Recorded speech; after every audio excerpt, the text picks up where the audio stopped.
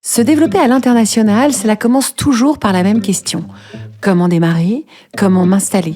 Et c'est souvent là que les dirigeants réalisent qu'ils ne savent pas vraiment ce qui les attend. En effet, ouvrir un bureau, créer une filiale, s'associer avec un partenaire local ou confier sa distribution à un agent commercial, ce ne sont pas juste des options juridiques différentes, ce sont des stratégies différentes.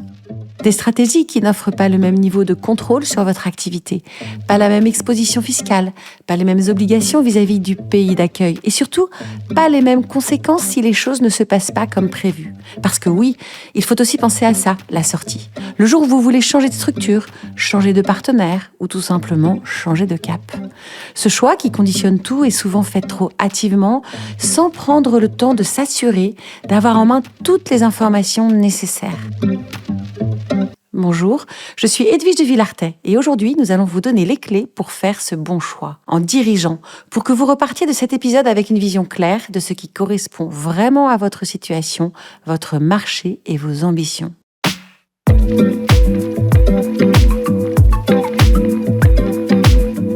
Pour en parler, j'ai le plaisir d'être en ligne avec deux avocats, directeurs associés chez Fidal.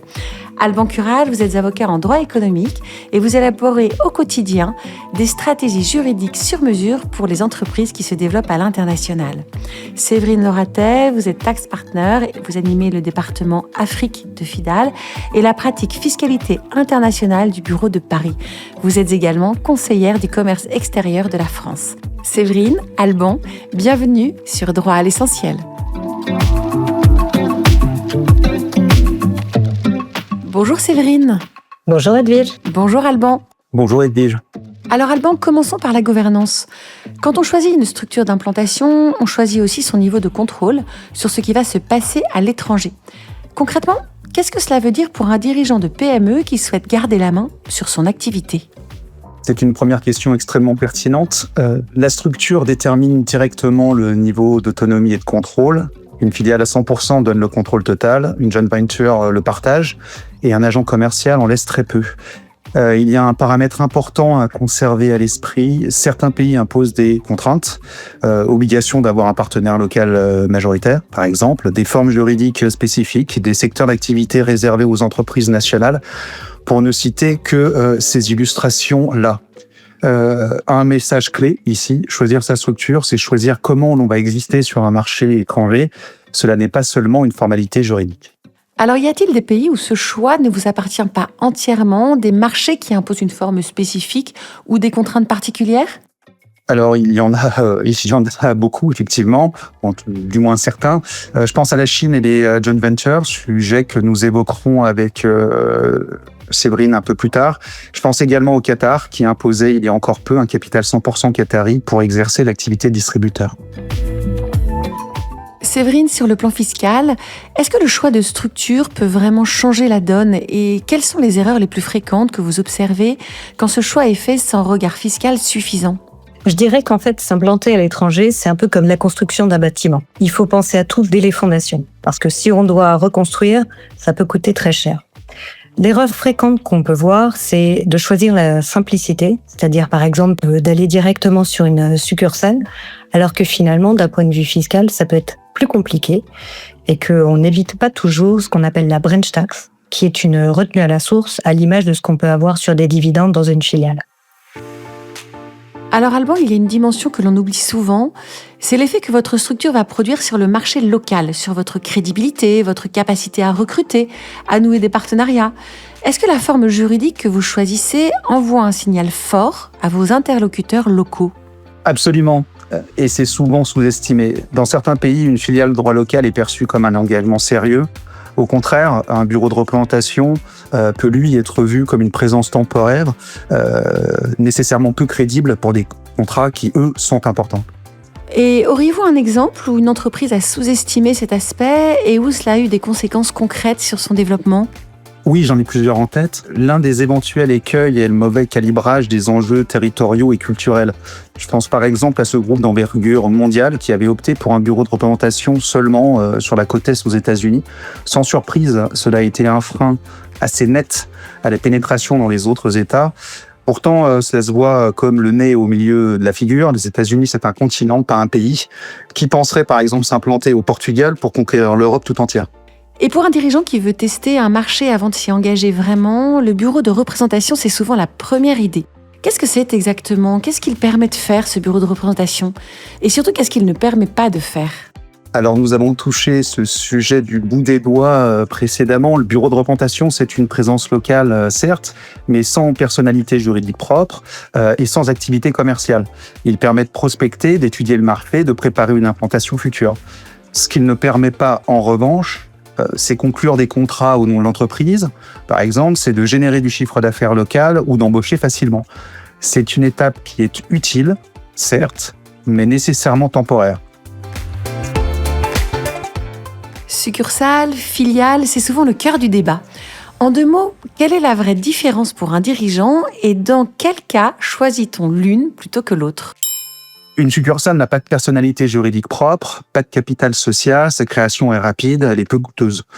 Au quotidien, la succursale dépend directement de la maison mère pour toute décision importante, puisqu'elle n'a pas de conseil d'administration locale. La maison mère est directement responsable de toutes les dettes et obligations.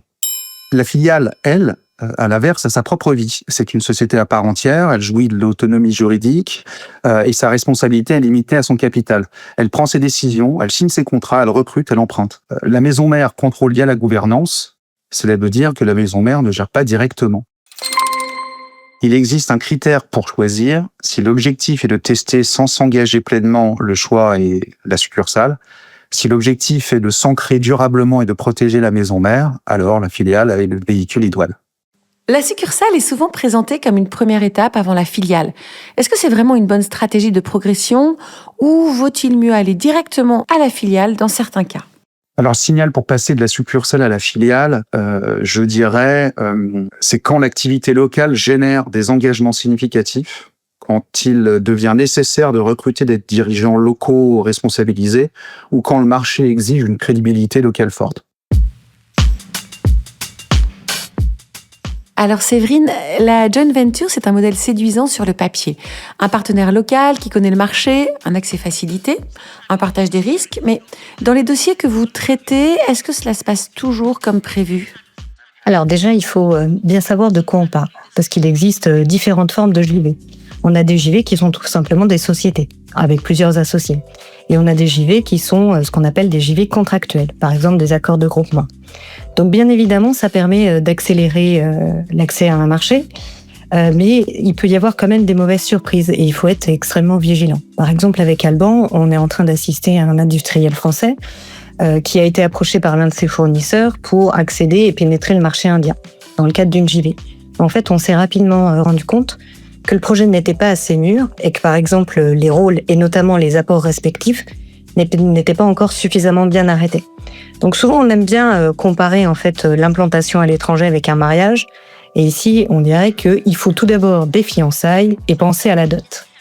Séverine, vous intervenez sur des marchés très divers, notamment en Afrique. Est-ce qu'il y a des obligations réglementaires incontournables à vérifier avant de choisir sa structure? Immatriculation, licence, autorisation spécifique. Est-ce que les entreprises françaises mesurent bien ce que cela implique? On a beaucoup de secteurs qui sont des secteurs réglementés et on a aussi des domaines qui sont réservés aux nationaux.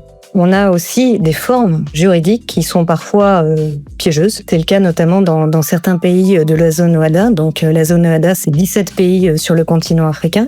Et la succursale, qui va être ouverte par un siège qui n'est pas de la zone OHADA, a une durée de vie qui est limitée à 2 ans, voire à 4 ans. Et au bout de ces 2 années ou de ces 4 années, eh bien, il faut filialiser. Et ça rejoint là une des questions qu'on a évoquées tout à l'heure. Et la filialisation, ça peut coûter très cher d'un point de vue fiscal. La petite règle à avoir en tête, c'est surtout ne pas supposer que les mêmes règles que celles françaises vont s'appliquer à l'étranger. Alors, Alban, quand vous aidez un dirigeant à choisir sa structure, vous lui posez forcément des questions sur ses priorités. Contrôle, autonomie, risque juridique, coût. Est-ce qu'il y a un critère qui devrait toujours primer sur les autres ou est-ce vraiment du cas par cas, finalement? C'est du cas par cas. Séverine a parlé de la dot, je parle donc du divorce. C'est à tort que les entreprises ne pensent pas toujours à la sortie quand elles s'implantent à l'étranger, et pourtant c'est ce qui peut coûter le plus cher. Sur ce terrain-là, les bonnes questions à se poser, jusqu'où suis-je prêt à m'engager? Que se passera-t-il si ça ne marche pas? Et combien de temps et d'argent me coûterait une sortie? Sur les joint ventures, justement, il y a des points de vigilance très spécifiques.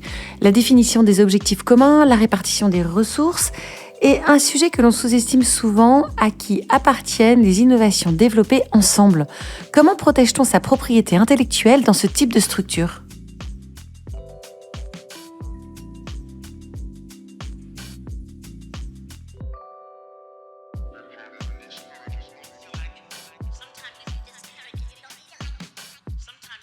Tout d'abord, il faut distinguer les apports initiaux des résultats, ce qui est créé pendant la JV, et ces deux catégories doivent être traitées évidemment différemment, pas simplement temporellement mais juridiquement. Les apports initiaux restent la propriété de celui qui les apporte. Les résultats, eux, font l'objet d'une négociation sur la titularité et les droits d'exploitation futurs. Sur ce terrain-là, la règle d'or, ainsi que Séverine l'a dit en creux un peu plus tôt, négocier la propriété intellectuelle avant de commencer à travailler ensemble, jamais après. C'est très clair en effet, mais un accord de coopération ou une joint venture purement contractuelle peuvent-ils basculer dans une requalification en société de fait? Et qu'est-ce que cela change concrètement pour l'entreprise? Alors, je vais répondre d'un point de vue fiscal. D'un point de vue fiscal, une requalification, ça peut amener des impositions supplémentaires qui n'ont pas été prévues entre les deux partenaires initialement. Et donc, ça peut tout simplement conduire à un divorce, et un divorce qui coûte très cher.